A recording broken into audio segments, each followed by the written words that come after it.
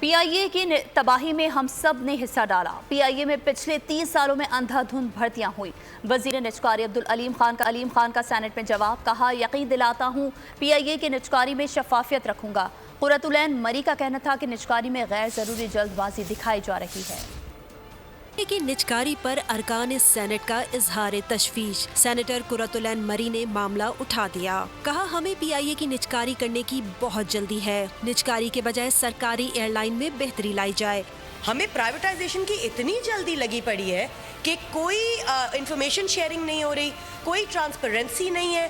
Government needs to be transparent in all its plans, in all its ideas, and needs to talk about management and not just the hapless employees جن کے کندھے پر رکھ کے یہ بندوقیں چلائی جائیں۔ شیری رحمان نے کہا پی آئی اے کے خسارے میں جانے کی وجہ مناسب روٹس کا فقدان ہے۔ جو امپلائیز کی بات ہو رہی ہے وہ برڈن نہیں تھے ایئر لائن کے، آپ نے دیکھا پروفٹس اینڈ لاسز کا برا حال ہے، بلکہ بتایا گیا کہ فلیٹ کی کمی اور روٹس جو آنے پونے چھوڑ دیے گئے، خیر بعد میں تو لائسنس گیٹ بھی ہو گیا۔ وزیر نجکاری عبدالعلیم خان نے ارکان کی تشویش کا جواب دیتے ہوئے کہا کہ 830 ارب کا خسارہ ایک دم نہیں ہوا، یہ پرانا سلسلہ ہے، اس کی تباہی میں سب نے اپنا اپنا حصہ ڈالا۔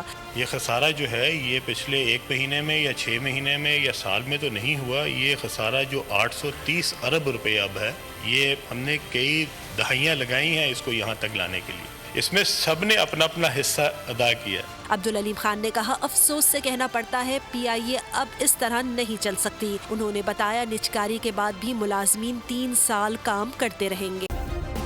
سبسکرائب کریں اور بیل دبائیں تاکہ کوئی خبر رہ نہ جائے۔